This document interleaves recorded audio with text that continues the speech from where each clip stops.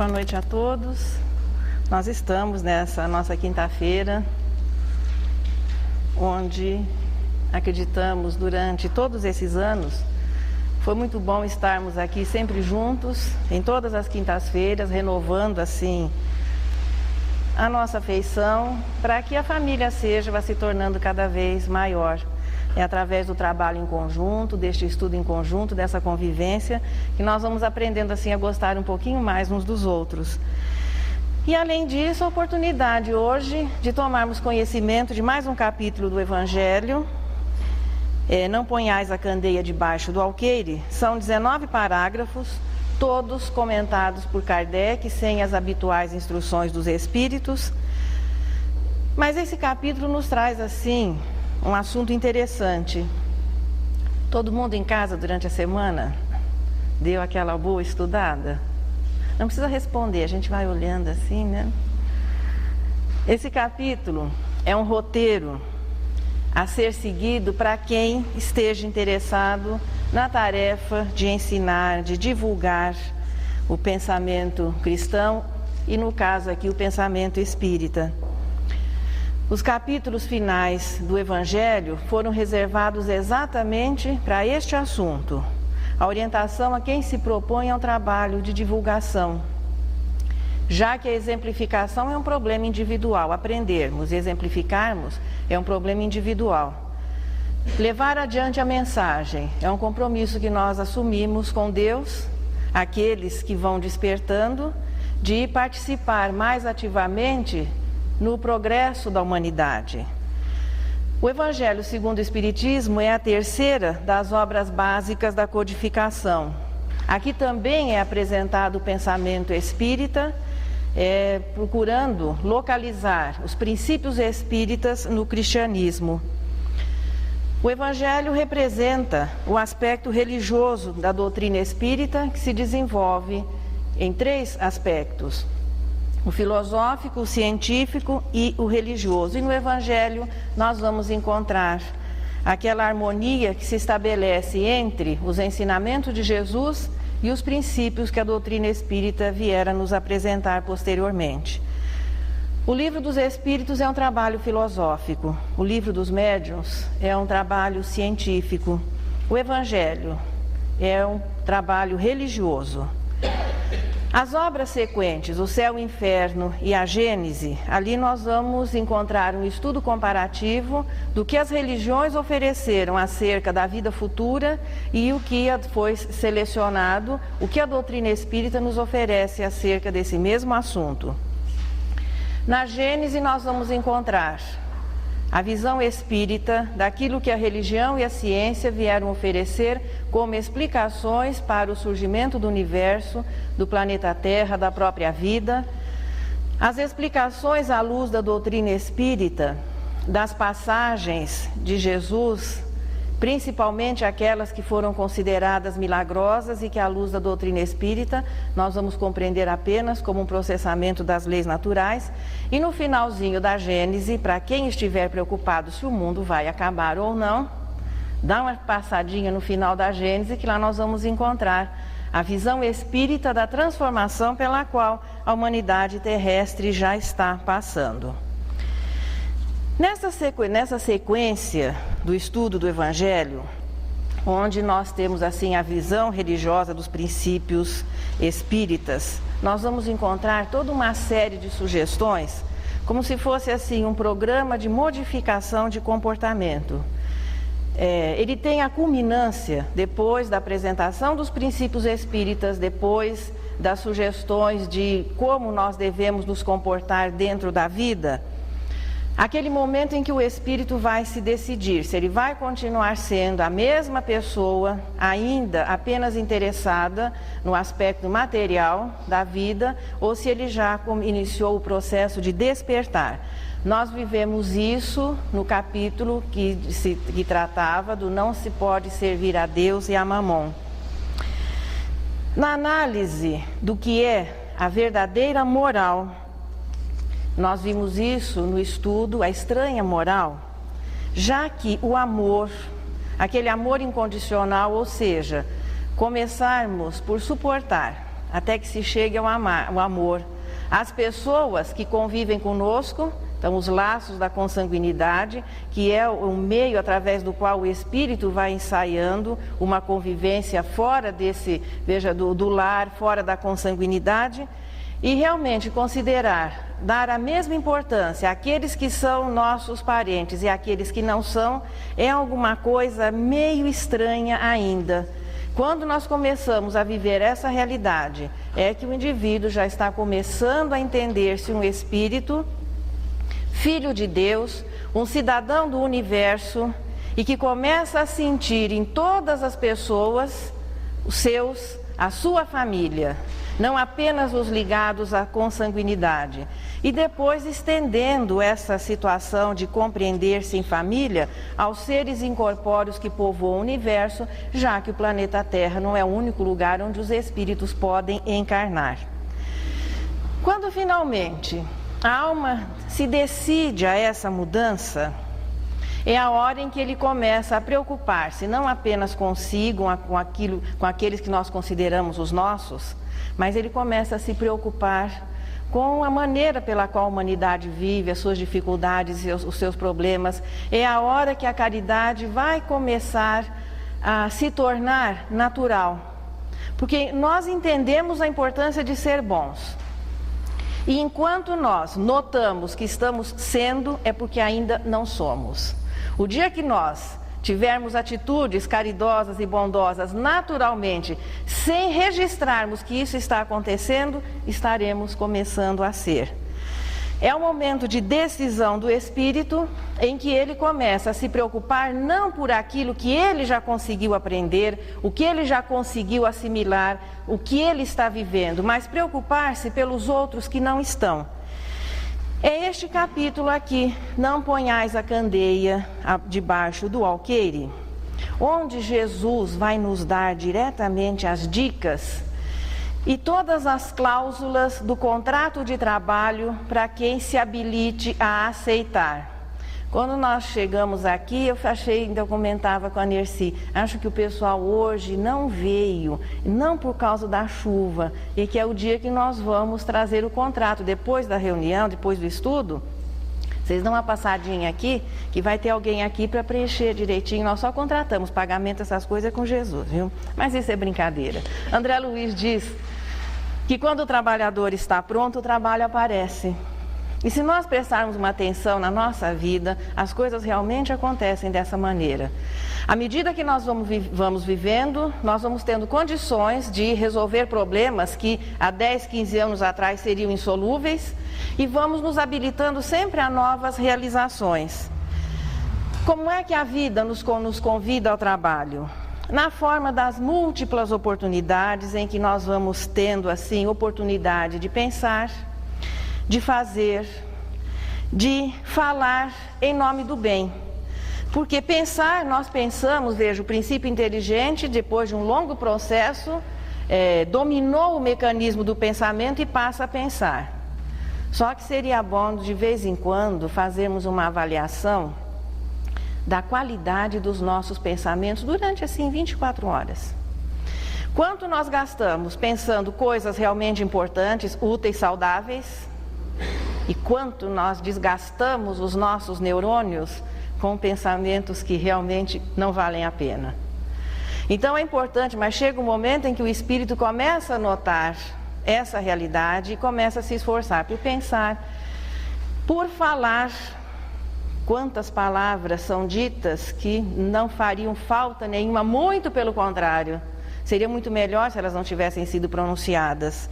Então nós vamos começando a exercer um controle razoável sobre as nossas emoções, através de um pensamento harmonioso, através de uma palavra mais educada, e começamos a nos preocupar um pouquinho mais com o próximo. Isso corresponderia, sim, àquele estar pronto que André Luiz coloca na abertura do livro Nosso Lar. Quando o trabalhador está pronto, o trabalho aparece. Jesus representou o estar pronto na imagem da candeia. Ninguém acende uma candeia, ao texto número 1, para quem estiver seguindo, Ninguém acende uma candeia para pô-la debaixo do alqueire.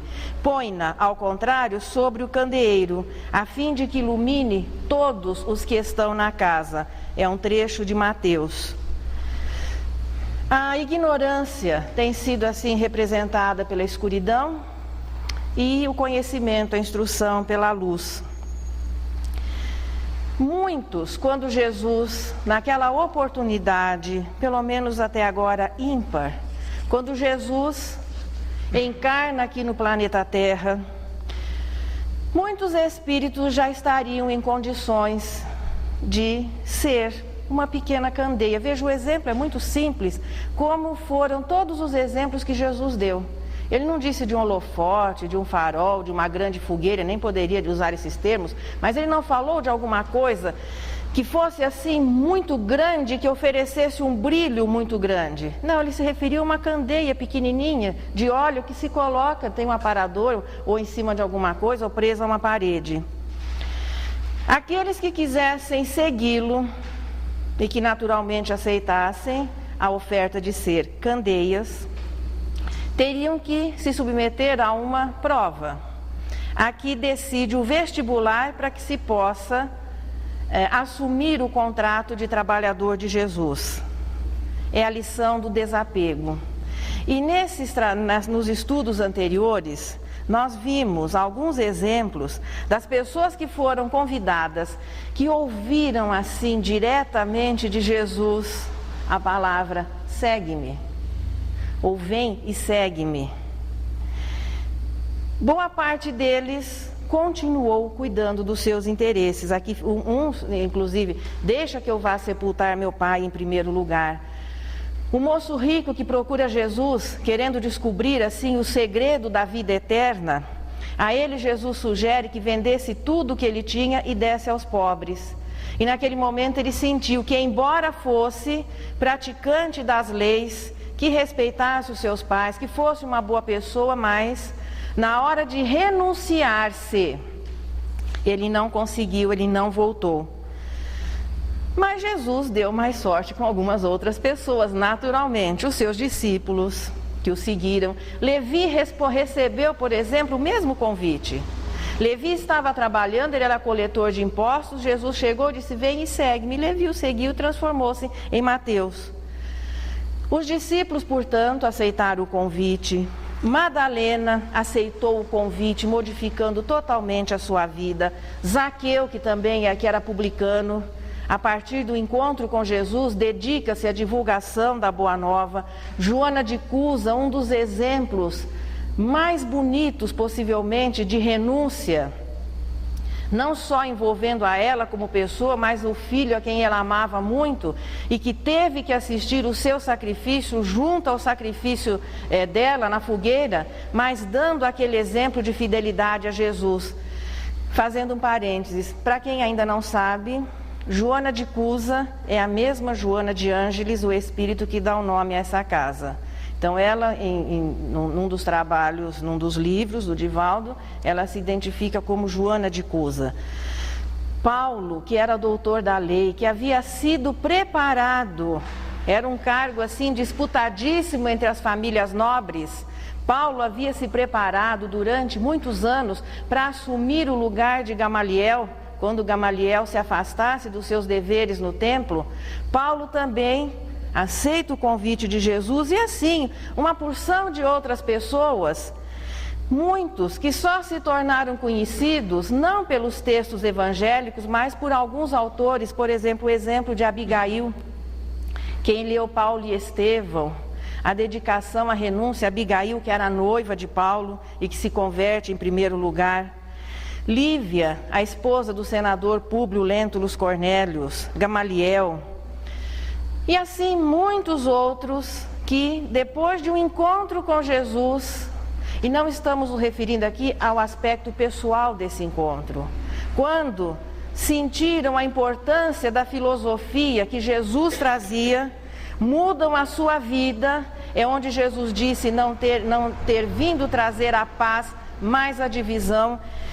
E a humanidade, a partir daí, realmente se transforma em dois grandes grupos: os cristãos e os não cristãos.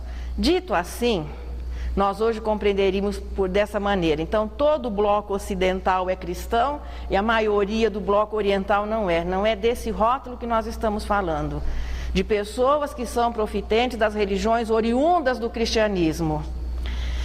Mas são aqueles que, através do conhecimento, através da filosofia do cristianismo, que é o amor, encontram forças para modificarem-se interiormente. São aqueles que apresentam um pensamento e sentimentos renovados. Cristão, portanto, é todo aquele que, pelo amor, passa a viver e a divulgar essa mensagem. Não cristão, mesmo que esteja ligado a alguma religião, mesmo que se diga espírita, católico, protestante, seja lá o quê, mas se ele ainda continua sendo o homem comum, que come, bebe, dorme e usa o sexo, sem preocupações maiores do que a vida, sem preocupações que se estendam um pouco mais além do seu reduto familiar, esses ainda são aqueles que vivem a vida material apenas interessados nela e, portanto, são os que precisam ser despertados por aqueles que já entenderam o que realmente é a vida e que se propõem ao trabalho de instrução e exemplificação. Quem desperta para o amor, e quando nós dizemos amor, não é também essa ideia de amor, paixão, não, é amor no sentido profundo, assim, de amar ao próximo, que começa no suportar, que passa pelo relevar, chega ao compreender, até que se chegue a uma convivência, assim, fraterna, mais saudável. Quem desperta para a importância dessa realidade, não poderá continuar a viver na omissão e na acomodação, porque mesmo que continue tentando manter o padrão anterior, a sua consciência não vai permitir, não vai lhe dar paz. É a fase de conflito do espírito. Ele quer continuar sendo o homem velho, interesseiro, limitado, mas já compreende que a renovação é importante. Quando nós temos alguma atitude caridosa de renúncia, você já começa logo a avaliar o prejuízo, mas quando você tem uma atitude egoísta, interesseira, você também não se sente bem, porque começamos a avaliar o mal que nós estamos causando nessa situação. Então o conflito se estabelece. A partir daí, é que aqueles que já se disponham a viver, a exemplificar, a levar a mensagem, são os que percebem a necessidade, e nós estamos agora tratando da humanidade terrestre, a necessidade que a humanidade terrestre tem de pequenas candeias que iluminem, libertando-a da ignorância e que levem a verdade como instrução e consolação. Bom, nós estamos vivendo aqui 1997, ao que tudo indica, possivelmente nós não fomos aqueles que tivemos o privilégio de que quando Jesus convidou, vem e segue-me, já o seguíssemos. Porque se o tivéssemos feito naquela oportunidade, não estaríamos aqui hoje, revendo as lições do Evangelho, copiando, tentando memorizar esses ensinamentos para que depois eles se incorporem à nossa personalidade e comecemos algum processo de modificação. Não posso dizer dos senhores, mas de mim com certeza. Passaram-se 2000 anos. Jesus continua a convidar, porque seria, claro, não haveria justiça se nós não tivéssemos no momento a oportunidade que aquelas pessoas receberam. Além do convite, Jesus já deixou, desde aquela época, o roteiro para que nós pudéssemos nos sentir mais seguros se nos propuséssemos a realização do trabalho. É um roteiro que vai ser muito importante para o trabalhador da última hora, que no capítulo que trata do assunto ficou bem definido ser, entre outros, o espírita da atualidade. Então nós temos recebido muito e temos condições de realizar a tarefa, de participar mais ativamente da mudança moral da humanidade. Vamos ver o perfil do trabalhador que é colocado aqui nesse capítulo. Para quem estiver seguindo, dá uma passadinha lá no parágrafo 17. Perfil do trabalhador. Primeira condição, abraçar o dever, que Jesus representaria de uma maneira mais pesada, mais austera, no carregar sua cruz. Benditosos sereis quando os homens vos odiarem e separarem, quando vos tratarem injuriosamente, quando repelirem como mal o vosso nome por causa do Filho do Homem. Rejubilai nesse dia e ficai em transportes de alegria, porque grande recompensa vos está reservada no céu, visto que era assim que os pais deles tratavam aos profetas. O que é carregar a cruz? Veja, todas as pessoas que se propuseram, com relação à humanidade, a instruir, a oferecer exemplos de dedicação e de amor, que eram portadoras de ideias elevadas, que naquele momento já tinham sentimentos melhor desenvolvidos, imbuídas de sentimentos nobres, não foram muito bem vistas pela ignorância que se constituía na maioria. Aquele que se propõe ao dever de instruir vai carregar o peso da tarefa, evidentemente, e que Jesus representa aqui na cruz. É a responsabilidade e aquela capacidade de compreender, porque o peso da incompreensão ante a dedicação, ante os bons propósitos, é um peso aquele que se dispõe ao trabalho, é o que nós vimos na estranha moral. Todas as vezes que o espírito começa na situação de encarnado, a se desvincular, não abandonar, mas a afrouxar um pouco os laços da consanguinidade, estendendo-os aos demais, com certeza vai se contar com a incompreensão da família e muitas vezes a incompreensão da sociedade. Para que o trabalhador possa, apesar de tudo isso, continuar firme e forte na sua decisão, existe um segundo requisito, que Jesus coloca aqui no texto, para quem estiver seguindo o 13, a coragem da fé. Aquele que me confessar diante dos homens, eu também o reconhecerei e confessarei diante de meu Pai que está nos céus. E aquele que me renegar diante dos homens, também eu renegarei diante de meu Pai que está nos céus. Portanto, a fé corajosa, a fé potente, é aquilo que nós vimos. Lembram-se do grãozinho de mostarda? Não é preciso ter um balde, um alqueire de fé, mas a coragem da fé, a fé robusta, é aquela que é fruto do raciocínio, do conhecimento. É quando o indivíduo é convicto daquilo que ele conhece, do que ele aprendeu, ele tem convicções firmes e decididas no bem. A partir daí, a fé, portanto, é o combustível daquela candeiazinha que se propõe a iluminar. É a sustentação que vai amparar o trabalhador no trabalho por ele definido. É a fé divina que é a confiança em Deus, e é essa fé que vai ser o veículo de transmissão. É ela que vai conferir o respaldo moral. Nós não estamos falando aqui de fanatismo, mas de fé, fruto do conhecimento, fruto do raciocínio, forte, decidida, robusta, como fala Joana de Ângeles. E, portanto, é esse algo mais interior que faz com que a transmissão do que se queira colocar aconteça.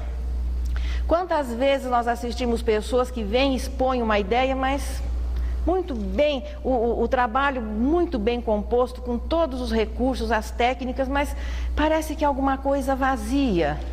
Então, aquele que se propõe a trabalhar com Jesus, ele não vai ser dependente de técnicas e outras coisas mais, elas podem ajudar. Mas o que vai fazer com que a transmissão ocorra é o tanto que nós compreendemos, é a convicção que nós temos e o esforço que se faça por viver. Portanto, a primeira condição é a quem se disponha a abraçar o dever. Segunda condição, acreditar em si, no seu potencial e principalmente acreditar em Deus.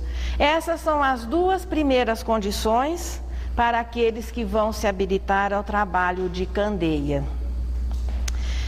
Para quem é que se vai levar a mensagem? Qual vai ser a clientela? A quem a candeia vai iluminar? Vamos ver o perfil agora dos que vão receber a mensagem. Veja, a candeia é um objeto que fica dentro de um espaço fechado. Ela não é para ser colocada externamente, ela não tem condições para ficar no exterior, é alguma coisa que é colocada dentro e que as pessoas que queiram se beneficiar da sua luz, naturalmente serão atraídas para aquele lugar.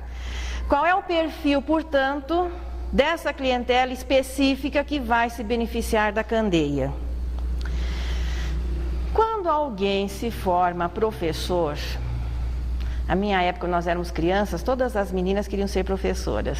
Hoje já mudou bem, né, Janete? Mas em todo caso, quando a pessoa se tem aquele ideal e se torna um professor, com quem é que ele vai conviver?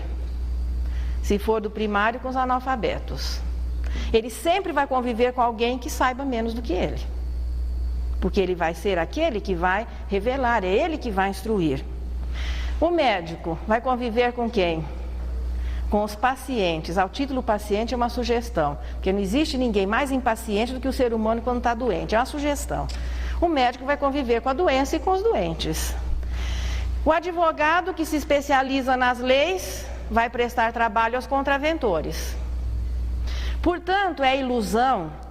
Por isso que muitas vezes as pessoas escolhem uma carreira e depois se sentem frustradas, não conseguem se encontrar porque não entendem bem a proposta. Médico vai viver rodeado de doentes, professor de pessoas que ainda não sabem das coisas, advogado daqueles que desrespeitaram as leis. O cristão, se a proposta do cristianismo é o amor, quais são os sentimentos contrários ao amor? O egoísmo e o orgulho. Pois é a estes que vai se destinar a mensagem do amor, porque quem já ama, possivelmente está se dispondo a fazer a mesma coisa. Então, sem aquela situação de depois, de decepção, se a candeia é muito útil onde não haja luz, porque se aqui dentro não temos necessidade de uma candeia. A candeia, não teria sentido aqui, mas num lugar onde não existisse luz elétrica seria muito importante. Portanto, se nós nos propomos a ser candeias, não é num lugar muito iluminado que nós vamos prestar o nosso concurso. Jesus resumiu isso da seguinte maneira: não são os que gozam saúde que precisam de médico. E estando Jesus em casa de um homem, vieram ter ali muitos publicanos e gente de má vida. Eu acho interessante quando nos textos falam gente de má vida. Hoje, possivelmente, seria alguma coisa... O que é gente de má vida? Em todo caso, estes se colocaram à mesa com Jesus e seus discípulos. Veja, Jesus era a proposta de pureza, de moral, de elevação. Isso criava sempre um clima estranho, e o pessoal ficava cobrando dos discípulos: olha, mas é o seu mestre, e ele está lá tomando lanche com aquele publicano, mas rodeado de prostitutas, mas aquele povo é ladrão. Os infelizes da época, então, foram esses que foram naturalmente atraídos em primeiro lugar. É o que fica bem claro aqui. Os fariseus, eles não perdiam uma de Jesus. Aliás, tinha atrás da porta do templo uma escala de plantão. Segunda, terça, quarta, com turnos assim de 24 horas, né? Porque onde Jesus estivesse, tinha um fariseu lá, prestando atenção para depois ir correndo no templo contar o que Jesus havia feito. Não podia dar outra, que é o fariseu aqui. E disse aos discípulos: como é que o vosso mestre come com publicanos e pessoas de má vida? Jesus, que tinha ouvidos muito bons, ouviu a conversa e logo retrucou: não são os que gozam saúde que precisam de médico. Veja que Jesus veio sensibilizar não aquela população restrita do povo judeu, que inicialmente se sensibilizou pela sua mensagem. Jesus viera realizar um trabalho de despertar para uma humanidade que, segundo alguns autores modernos, o Espírito Camilo, que é o orientador do Raul Teixeira, composta de 25 bilhões de almas. A mensagem do cristianismo não se destinou apenas ao povo judeu e se estendendo aqui para o mundo ocidental. Jesus, portanto, tinha o trabalho de sensibilizar um grupo ainda refratário às ideias elevadas, a humanidade terrestre. E que naquele momento ele simbolizava convivendo com os que eram desconsiderados pela sociedade. Em muitas oportunidades ele conviveu com fariseus, com inferiores, com prostitutas, com cegos estropiados. Os seus discípulos representavam a classe mais pobre que existia, do pescador. Era a última coisa que alguém podia fazer para ganhar a vida. Então as pessoas mais simples, sofredoras, foram as primeiras que se sensibilizaram. E Jesus tinha certeza que ele veio trazer a mensagem para quem ainda não conhecia. Porque aqueles que já conheciam passaram a ser, de uma certa maneira, os seus companheiros de trabalho. Por isso que ninguém estranhe se assumirmos o contrato de ser o trabalhador da última hora, de ser candeia, no exemplo aqui desta lição. Nós vamos ter que abraçar o dever com dignidade, com sinceridade, que a coragem seja conseguida pela fé, que é fruto do conhecimento, da convicção, e não termos ideias assim infantis. São as pessoas com problema, os que têm dificuldade, os que ainda não se sensibilizaram pelo amor, que naturalmente têm que ser procurados para que a luz da candeia possa beneficiá-los. No trechinho número 8, Jesus recomenda aos seus discípulos, quando ele enviou seus 12 discípulos, depois de lhes haver dado as instruções, ele diz o seguinte: não procureis os gentios, ide antes em busca das ovelhas perdidas da casa de Israel, e nos lugares onde fordes, pregai, dizendo que o reino dos céus está próximo. Vejam o cuidado de Jesus.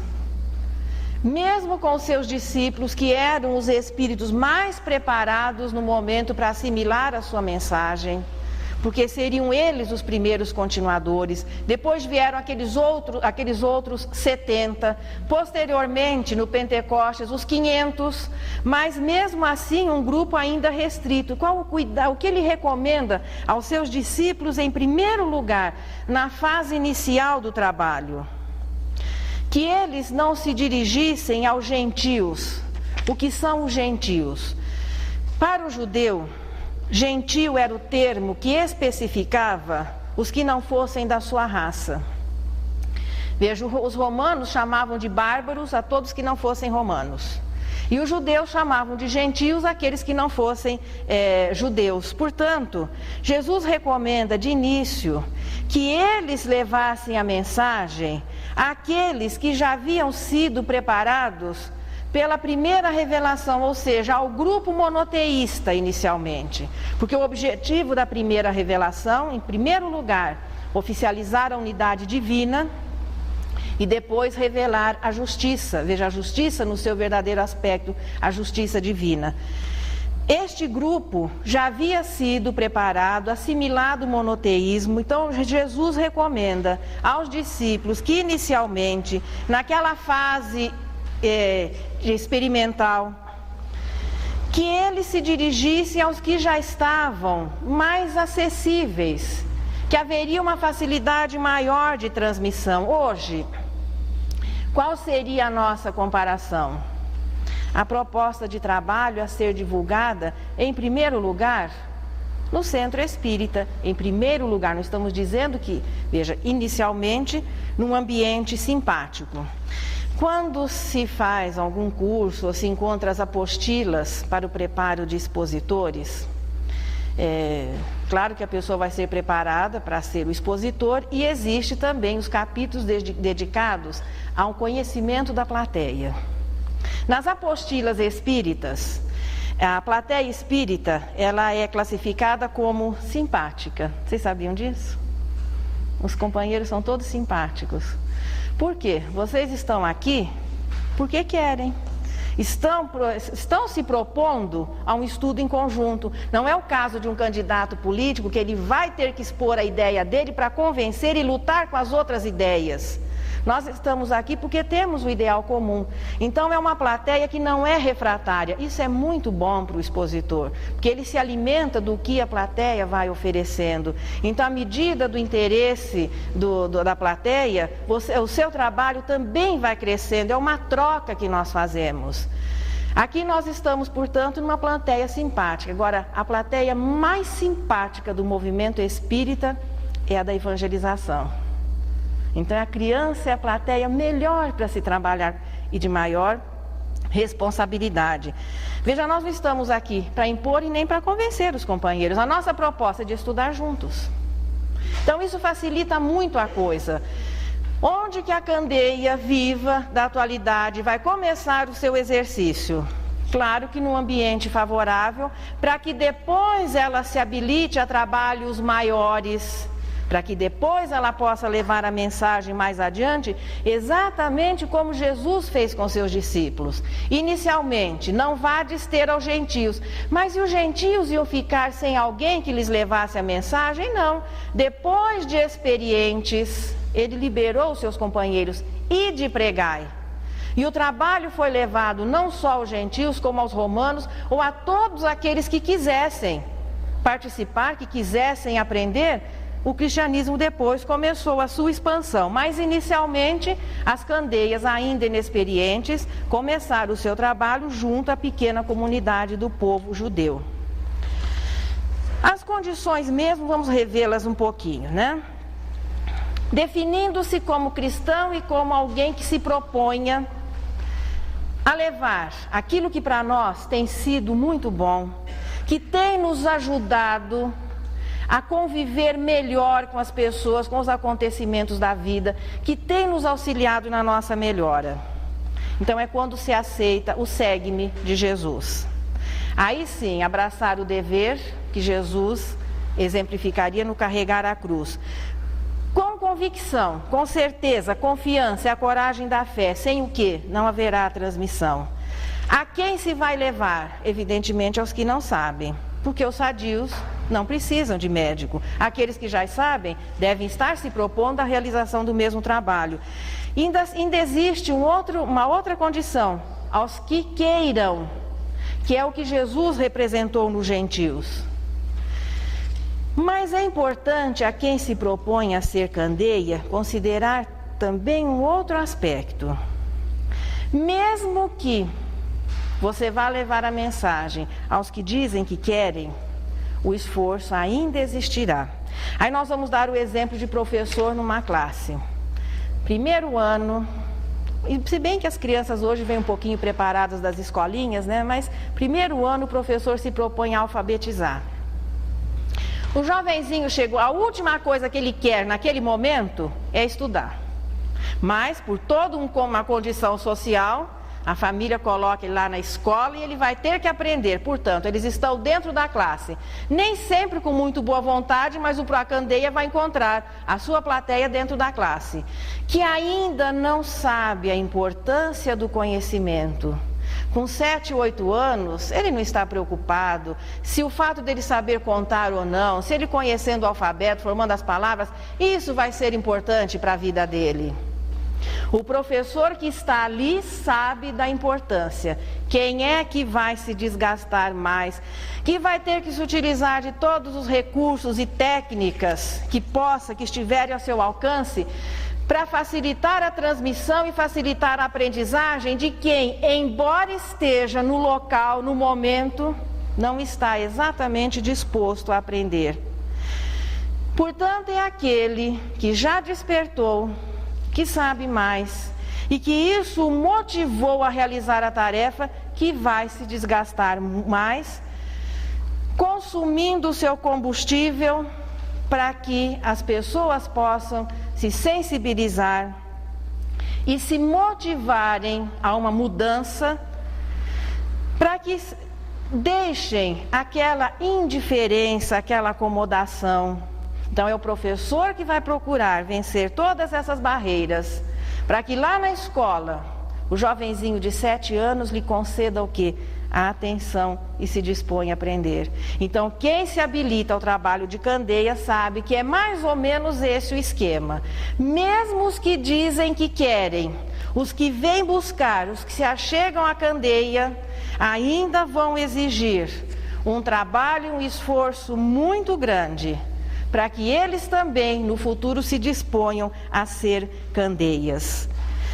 E os refratários, aqueles que não veem, os gentios, esses que não procuram, que não buscam os lugares onde a instrução é oferecida, que não se preocupam, que não leem um livro, que continuam levando a sua vidinha como se a vida fosse apenas uma única existência, esses terão a sua vez. Em outras oportunidades fica claro que a vida é um ótimo recurso para preparar o indivíduo e levá-lo ao encontro da candeia.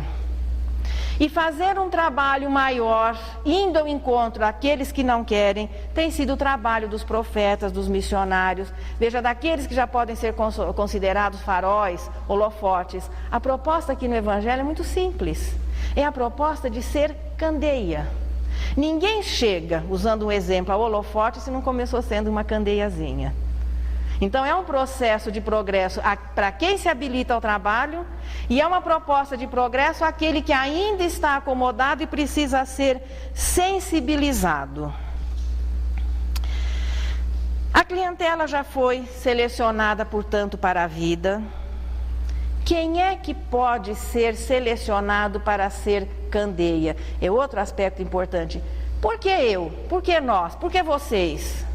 Seria o momento, o que é que habilita o indivíduo a ser o trabalhador da última hora e que se dispõe a ser candeia? É lá no parágrafo número 3. Aproximando-se, disseram-lhe os discípulos: por que lhes falas por parábola? Respondendo-lhes, disse Jesus: é porque a vós outros foi dado conhecer os mistérios do reino dos céus, mas a eles isso não lhes foi dado. Porque daquele que já tem, mais se lhe dará, e ele ficará na abundância. Entretanto, que não tem, mesmo aquele que não tem, mesmo que tem, se lhe tirará. Falo-lhes por parábolas, porque vendo não veem, ouvindo não escutam e não compreendem. Meio difícil, né? Que linguagem complicada. E Jesus queria que a gente entendesse as coisas. Mas eu acredito que a maioria de nós entendeu direitinho o que ele quis dizer aqui. Com a época também muitas pessoas entenderam. Aquele que pode se habilitar a ser candeia é o que começa a compreender a linguagem de Jesus. Se nós prestarmos atenção agora na essência desse capítulo, não difere de nenhuma proposta, que chamam de marketing, não é? Para venda, para facilitar. Pois é. Jesus seleciona os trabalhadores ou os vendedores, dando-lhe instruções e treinamento. Faz com que eles possam identificar e conhecer a clientela, os compradores, aqueles que eles iriam vender o produto ou levar a mensagem. Vendedor que se preze para ser um bom vendedor tem que acreditar no seu produto e cumprir o seu dever, ou ele não vai atingir a meta, não é assim que se diz? Pois é. Como Jesus já sabia das coisas, né? O pessoal que hoje se utiliza isso, está tudinho lá no Evangelho. Aí o pessoal diz que Evangelho é água, é chá de flor de laranjeira. Jesus já sabia, conhecia todas as técnicas, tudo isso que nós iríamos descobrir depois. E aceita trabalhadores sem experiência prévia. Olha que coisa importante, é tão difícil se conseguir hoje em dia. E Jesus aceitando qualquer um que se habilite a ser candeia, independentemente do sexo, da idade, da posição social. Se tem ou não experiência antes, ele está oferecendo o treinamento, fazendo com que a pessoa tenha as condições de realizar a tarefa. O segue-me de Jesus continua ainda, convidando a todos que queiram se habilitar ao trabalho. Por que candeia?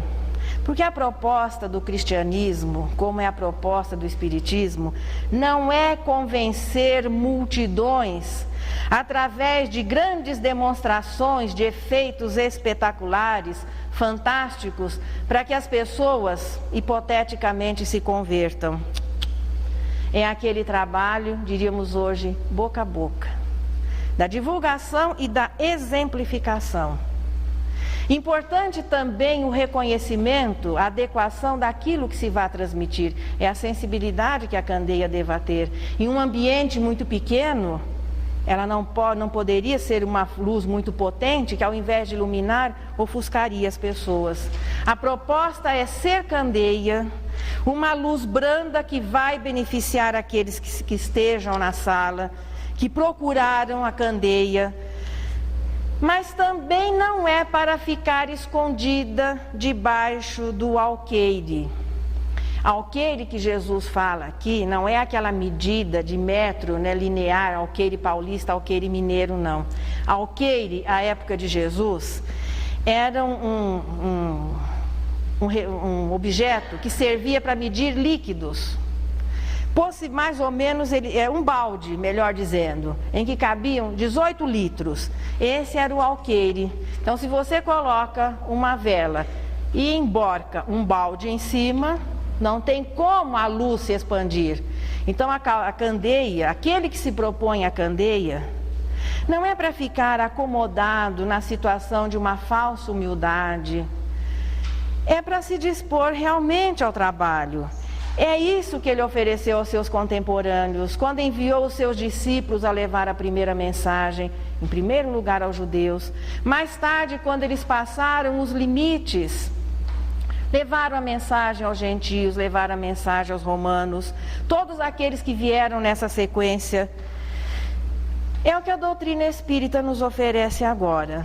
Ser trabalhador de Jesus, no momento em que a humanidade precisa tanto de instrução saudável e de bons exemplos. Esse é o trabalho que é oferecido às pequenas candeias que se habilitem hoje, após receberem a proposta de Jesus: vem e segue-me. Eu acho que ficou tudo definido, não ficou?